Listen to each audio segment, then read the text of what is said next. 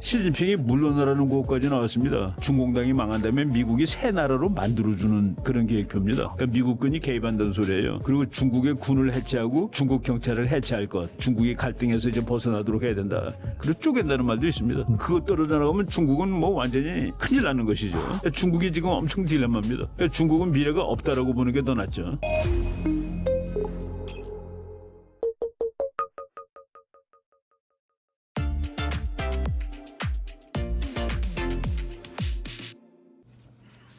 뭐 말 나온 김에 뭐 중국 얘기를 먼저 좀 질문을 좀 드려보면요.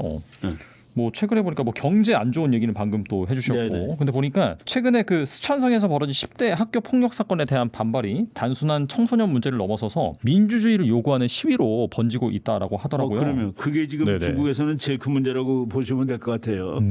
드디어 그 전봇대에 그 포스터가 붙었는데 중공 은 아니다라는 거 있죠. 우리 수학 공식에 거기다 쭉 그는 거. 이 꼴에다 중공은 중국이 아니다라고는. 그러면서 거기 구호가 왜 우리가 서양 이데올로기를 따르냐. 막스 레닌이 중국 사람도 아니지 않느냐. 우리나라는 그 중국말로는 그 연, 그래갖고 염제, 그리고 황제, 염제 황제는 뭐 아주 그 중국의 전설에 나오는 중국을 만든 그 왕들이죠. 염제나 황제를 따라야지 우리가 왜 공산당을 따르느냐라는 그런 구호까지 나오고, 그리고 심지어는 시진핑이 물러나라는 구호까지 나왔습니다. 바로 그런 사건 맥락에서 지금 이 사건도 간단한 사건 같은데 불만하는 사람들이 지금 다 들고 나오는 것이죠. 지금 일설에 의하면은 시진핑의 뭐 딸이라는 말 듣고 있는 사람이 호주에서 교통사고로 걸렸는데 돈이 뭐 몇 조? 너무 터무니없이 많고 자동차도 타고 있던 게 뭐 롤스로이스 10몇 억짜리 타고 있다가 그래서 그거 지금 뭐 세계 여론이 너무 나빠가지고 호주 경찰이 뭐 7년인가를 감옥소에 구형했다라는 이런 말도 나옵니다. 그러니까 전 세계적으로 지금 중국의 그 독재 체제 이것이 지금 비난을 받는 이런 상황이라고 보시면 되겠습니다. 얼마 전에 그 박사님께서 중국 공산당의 붕괴 이후를 논하는 미국이란 주제로 허드슨 연구소 보고서를 소개해 주셨는데 여기에 좀 그 시나리오가 어떻게 전개될지 어떻게 좀 기술되고 있는지 말씀해 주시면 좋을 것 같아요. 제가 사실은 그 보고서 좀 쇼크 먹었습니다. 그러니까 그 허드슨 연구소라고 지금 트럼프 대통령이 아주 좋아하는 연구소입니다. 그 허드슨 연구소는 약간 그 놀라운, 그러니까 기본 상식을 벗어나는 그런 발상을 해야 된다라고 주장했던 아주 유명한 핵물리학자가 만든 연구소입니다.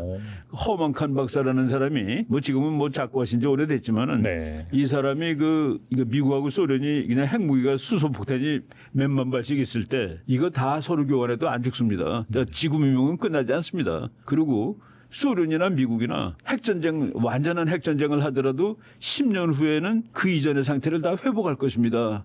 라는 그 놀라운 주장을 한 거예요. 그러니까 핵전쟁에 대비해야 된다. 전쟁 나면 다 죽는다고 생각하고 멍청하게 있을 게 아니라 어떻게 대비하면 되느냐 그랬더니 이분이 핵 쉘터를 만들어야 된다.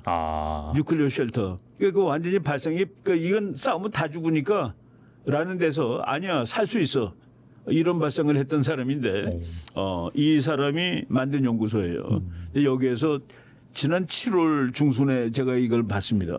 한 30페이지 정도밖에 안 돼요. 그런데 거기에 그 여러 명의 학자가 썼는데 이름을 밝힐 수 없는 사람들은 그냥 무명이라고 이렇게 써가지고 했는데 거기 보면은 망한 중공당이 망한다면 미국이 새 나라로 만들어주는 그런 계획표입니다.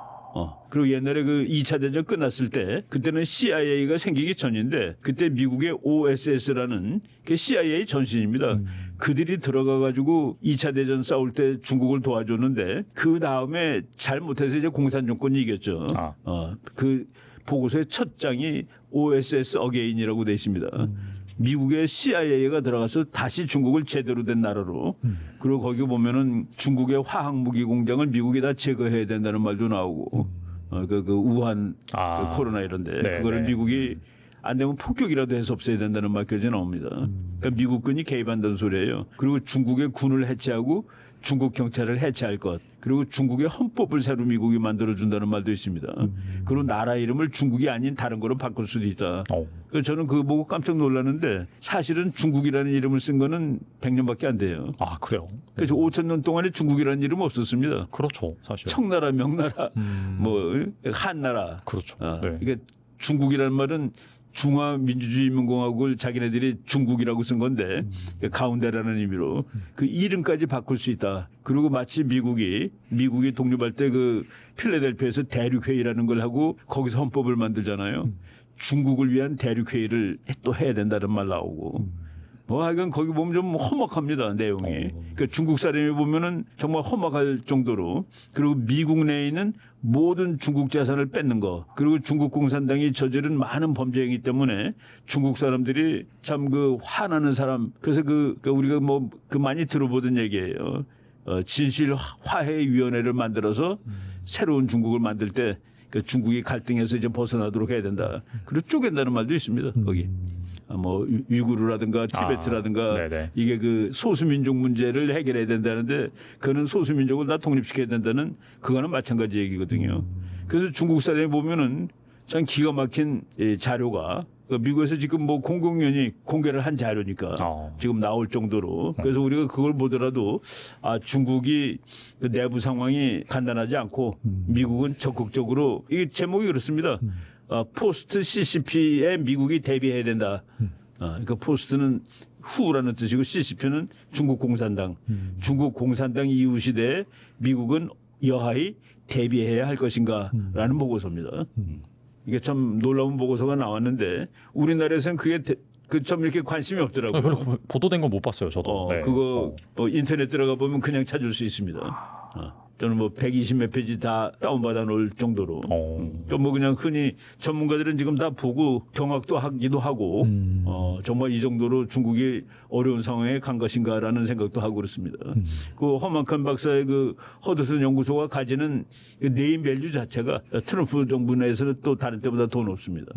그 뭐 티벳이라든지 그다음 위구르 이쪽이 이제 또 독립이 되면은 또 자원은 히토리나 이런 거는 대부분 거기서 나오잖아요. 또. 그게 이제 중국이 참 어려운 거가 그 위구르를 이제 어느 책에 보면 돌돌골이며 돌골. 돌골족. 돌골족이 그 위구르예요. 그런데 중국 사람은 그걸 신강이라고 그러거든요. 신강이라는 것은 뉴 테리토리라는 뜻입니다. 이게 청나라가 점령한 땅이에요. 그러니까 원래 중국인 적이 없는 곳입니다, 거기. 그렇죠. 티베트도 마찬가지고. 그런데 위구르가 만약을 독립하게 되면은 위구르 그 지역에서 나오는 석탄과 석유가 각각 중국의 30% 40%입니다. 어마어마하네요. 그러니까 그것 떨어져 나가면 중국은 뭐 완전히 큰일 나는 것이죠.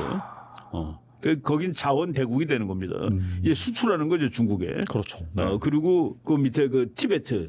티베트는 뭐가 중국이 이제 두려우냐 하면은 티베트가 독립하게 되면은 중국의 모든 물이 거기서 시작을 합니다. 양자강, 황하강이 전부 거기서 시작을 하는데 그 물줄기를 티베트가 장악을 하게 되는 것이죠. 인구 몇 안 되는 불교 국가지만은 그리고 둘을 치면은 지금 중국 영토의 3분의 1입니다. 티베트하고 위구르가. 근데 그 위구르가 세계에서 테러가 제일 많은 곳이 위구르입니다. 그래요? 위구르에서 테러 당한 사람이 전부 다 중국의 한족입니다. 근데 그 위구르가 집어던지는 폭탄은 탈리반이 만들어주는 겁니다. 거기는 회교도 나라고. 그래서 중국이 그 하나의 나라가 아니라는 것이 이제 중국의 제일 고민이죠. 그래서 제가 그 번역한 책이 한 권 있는데 새로운 제국 중국이라는 책의 그 저자가 아주 간단하게 정의합니다. 중국은 문명이지 국가가 아니다. 근데 중국 지도자들이 그것을 국가라고 착각을 하고 있다. 이게 국가가 여러 개 있는 문명인데 바로 이제 그 딜레마가 지금 오는 겁니다.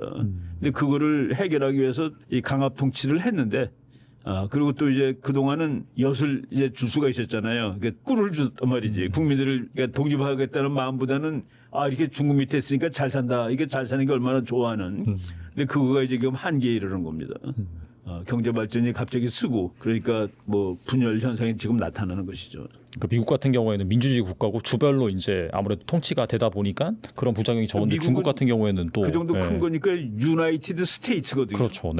합 중국인데 중국은 그걸 하나의 국가로 한 민족 국가로 치니 민족이 50개도 넘는 거를 거기서 이제 자꾸 갈등이 생기고 그리고 또 다른 갈등. 중국이 발전은 자본주의적 발전입니다. 근데 정부가 공산당이란 말이죠. 여기서 오는 그 부조화 이것이 지금 결국은 마지막에 도달한 것이죠. 그 시스템이 이제 깨져나갈 수 있는. 네네. 그 우리나라도 사실은 이 발전 과정에 보면 상당히 그 정치적으로 독재 아니었습니까? 네, 그렇죠. 그런데 어느 단계에 나왔을 때는 그 체제 가지고 더 이상 발전이 안 됩니다. 그래서 민주화로 가야 되는데 그 우리가 이제 민주화한 것이 1987년 무렵으로 보는 것이죠. 그렇지만 한국은 그래도 그 민주화가 되면서 용케 그 국가의 그 이 단일성을 잃지 않았는데 중국 같은 경우에는 아마 민주화가 되면은 나라가 쪼개지지 않겠습니까? 그렇죠. 네. 티베트라든가 위구르가 민주화가 됐을 때는 당연히 독립을 하겠다고 그럴 것이고 그리고 민주화된 중국이 그걸 가서 건드릴 수는 없을 것이고 중국이 지금 엄청 딜레마입니다. 중국은 미래가 없다라고 보는 게 더 낫죠. 이번엔 다시 좀 베네수엘라로 와서 박사님 네. 오랜만에 모셔가지고 저희가 궁금한 거 다 여쭤보도록 하겠습니다. 네네. 얼마 전에 그 미국이 이 베네수엘라 앞바다에 다수의 군함과 이 미사일을 배치시켰습니다. 네네. 처음에는 뭐 그냥 겁죽이다 위협이다라고 해석을 했는데 결국 미국은 이 베네수엘라 선박을 폭격했으며 추가 네. 공격 가능성도 열어뒀는데 갑자기 이 베네수엘라를 대상으로 군사 작전에 나선 이유는 무엇일까요? 예. 여기서 지금 미국이 겉으로 네. 우리가 왜 베네수엘라를 건드리냐 하는 이유는 마약.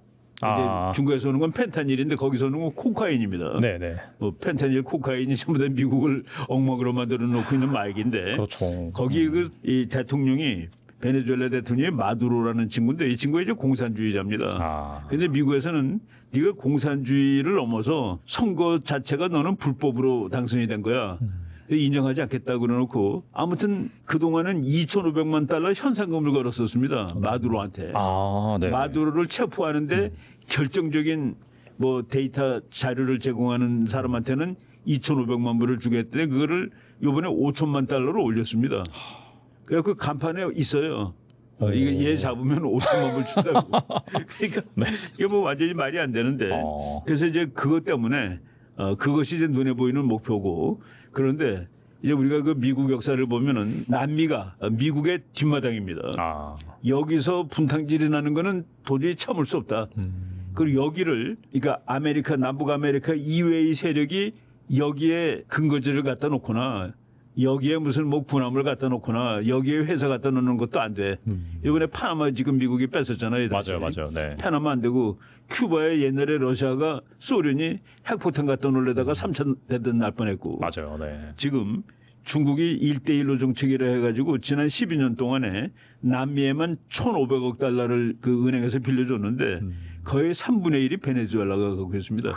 그러니까 미국은 이거 우리 뒷마당인데 너 지금 중국 뭐 하는 거야라는 그런 뜻입니다. 그래서 만약 미국이 그 베네수엘라를 지금 다시 미국이 원하는 거로 바꿔놓으면은 중국의 남미 교두보가 날아가는 겁니다. 그렇게 생각하시면은 이제 정확히 이해가 되는데 그래서 이 마두로 대통령은 그 중국 보고 도와달라고 그러는데 중국이 남미까지 가서 미국 해군하고 맞짱 뜰 수 있는 실력은 없습니다. 그렇죠.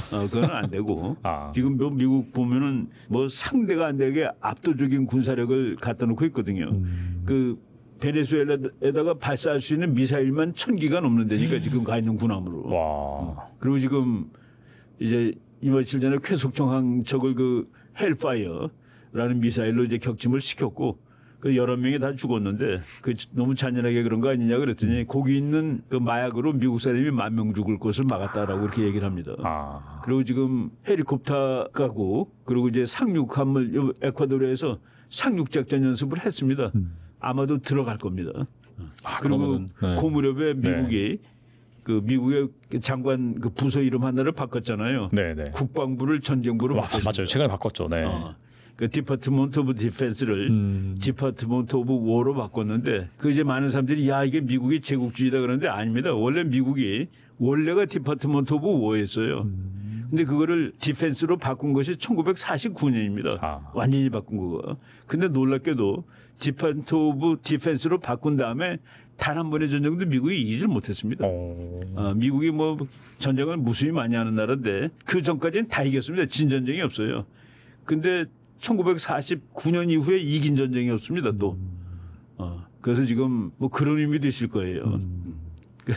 이름도 바꾸고 그 장관 바로 지금 마두로한테 가서 이기겠다라는 그런 의미가 있는 것 같아요.